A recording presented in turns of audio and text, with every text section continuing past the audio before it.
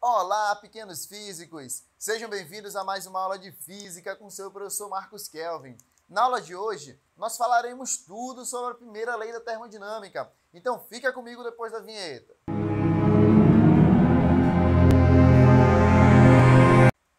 A primeira lei da termodinâmica é a lei da conservação de energia da termodinâmica.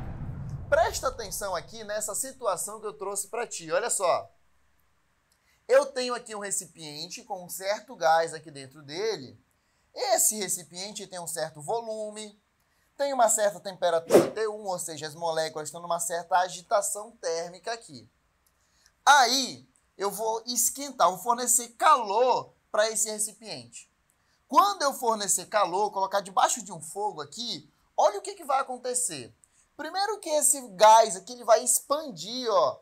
Vai aumentar o seu volume, o êmbolo vai lá para cima.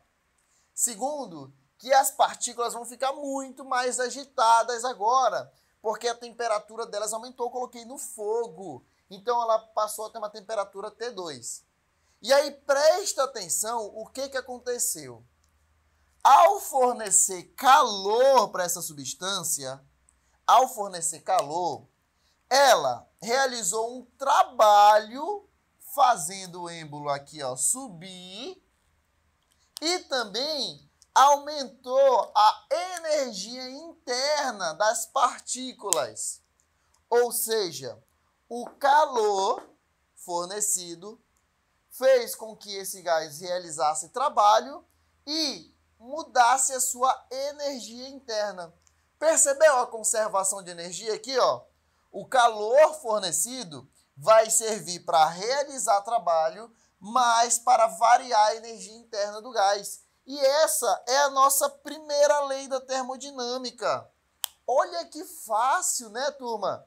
É uma lei de conservação da energia, porque ela está dizendo que a energia que eu estou fornecendo para o gás está se transformando em outros dois tipos de energia: trabalho e energia interna do gás. Lembrando que, como eu tenho uma igualdade, todas essas três parcelas devem ter a mesma unidade, que no SI é o Joule, né?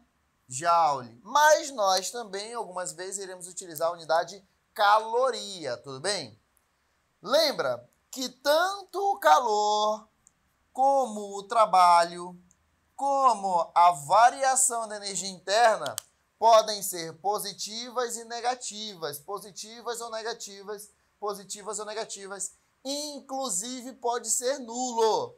E eu preparei um quadrinho aqui para tu lembrar quando que cada uma delas vai ter essa característica. Então vem comigo aqui. Olha só aqui, quando que o calor, o ΔU e o trabalho vão ser positivos, negativos e nulo. Olha só aqui comigo, ó.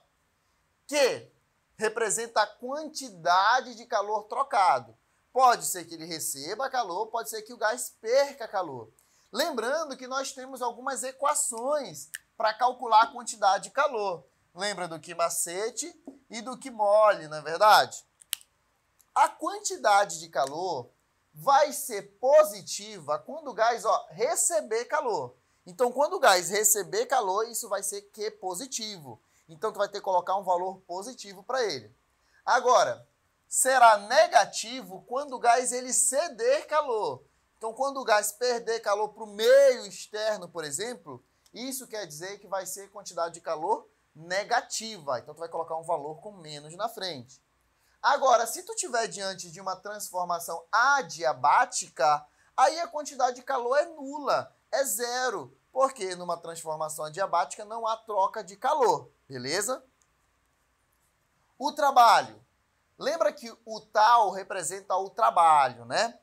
E o trabalho nós podemos calcular como P vezes ΔV, se for uma transformação isobárica.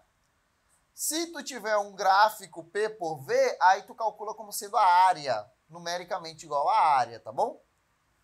O trabalho vai ser positivo quando tu tiver uma expansão, quando o gás ele aumentar de volume. Agora, quando tu estiver diante de uma compressão, aí vai ser um trabalho negativo. Ele vai estar diminuindo de volume. E se tu estiver diante de uma transformação isocórica, que é aquela onde não há variação de volume, não há realização de trabalho. Lembra ainda que trabalho positivo é trabalho realizado pelo gás e trabalho negativo é realizar trabalho sobre o gás. Por último, mas não menos importante, o ΔU é a nossa variação da energia interna. Lembra da última aula que ΔU a gente calcula como sendo 3/2 de NR∆T. Logo, a variação da energia interna vai ser positiva quando a temperatura do gás aumentar. E vai ser negativa quando a temperatura do gás diminuir. Então, quando esse gás esquentar, ΔU positivo. Quando ele resfriar, ΔU negativo. E se tu estiver diante de uma transformação isotérmica, o ΔU é nulo.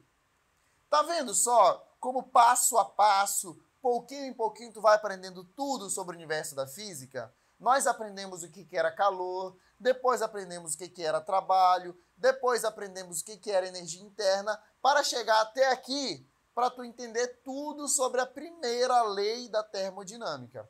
E se tu quiser aprender mais sobre física, continua aqui nessa playlist, nesse canal, e até a próxima. Tchau!